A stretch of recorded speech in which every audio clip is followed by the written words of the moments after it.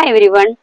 ഇന്നത്തെ നമ്മുടെ spoken English ക്ലാസ്സിൽ നമ്മൾ പഠിക്കുന്നത് കഴിഞ്ഞ ഒരു ക്ലാസ്സിൽ ഞാൻ നിങ്ങളെ പഠിപ്പിച്ചപ്പോഴേക്കും ഐ ആം പാസ്റ്റ് എന്ന് പറയുന്ന ഒരു സെന്റൻസ് ഉപയോഗിച്ചിരുന്നു.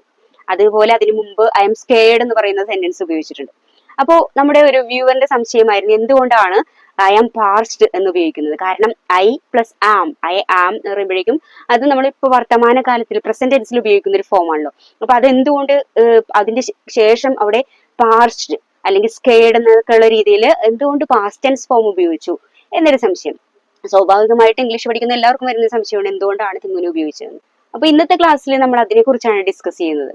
അപ്പൊ നമുക്ക് കൂടുതലായി പഠിക്കാം. അപ്പൊ I am scared, I am frightened, I am past എന്നൊക്കെ ഉപയോഗിക്കുമ്പോഴേക്കും അവിടെ ഒരു കണ്ടിന്യൂസ്, ഒരു തുടർച്ചയുള്ള ഒരു ഫീലിംഗിന്റെ ഒരു എക്സ്പ്രഷൻ ആയിട്ടാണ് നമ്മൾ കാണുന്നത്. അതിനെ നമ്മൾ സാധാരണ രീതിയിൽ നമ്മളിപ്പോ അത് കണ്ടിന്യൂസ് ആയിട്ട് പറയുമ്പോഴേക്കും അതിനെ പ്രസന്റ് പാർട്ടിസിപ്പിൾ എന്നാണ് പറയുന്നത്. ഇപ്പൊ അത് ING ഫോമിൽ വരുന്ന ഒരു രീതിയിൽ ഉപയോഗിക്കുന്നതാണ്.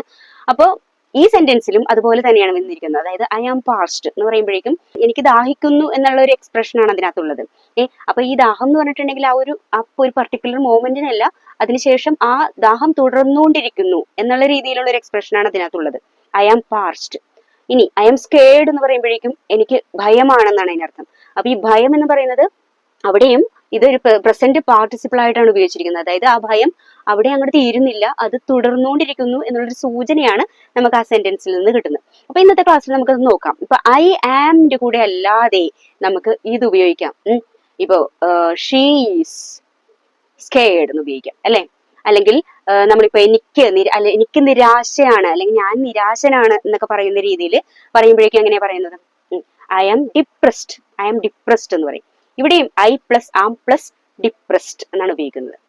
ഞാൻ നിരാശനാണ്. അപ്പോൾ അവൾ നിരാശയാണ് എന്ന് പറയുമ്പോഴേക്കും എങ്ങനെയാണ് മാറുന്നത്? അവിടെ she plus is plus depressed. അപ്പൊ അതുപോലെ നമുക്ക് ഒത്തിരി സെന്റൻസുകൾ ഇതുപോലെ ഉണ്ടാക്കാനായിട്ട് സാധിക്കും. ഇപ്പൊ ഞാൻ അത്ഭുതപ്പെടുന്നു എന്ന് പറയുമ്പോഴേക്കും I am surprised, I am surprised.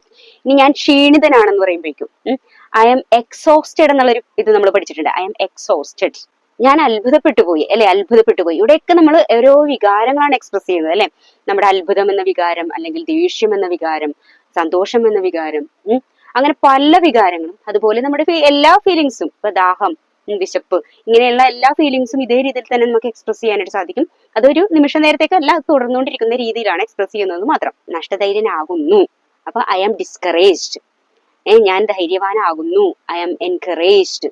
ഈ വീഡിയോ നിങ്ങൾക്ക് ഇഷ്ടമായി ഞാൻ വിചാരിക്കുന്നു. ഇന്നത്തെ ക്ലാസ്സിലൂടെ നിങ്ങൾക്ക് ആ സംശയ ദൂരീകരണം നടത്താനായിട്ട് സാധിച്ചു എന്ന് വിശ്വസിക്കുന്നു. ഇതുപോലെ കുറെ സെന്റൻസുകൾ നിങ്ങൾ സ്വന്തമായിട്ട് തന്നെ ഉണ്ടാക്കിയിട്ട് പഠിക്കുക.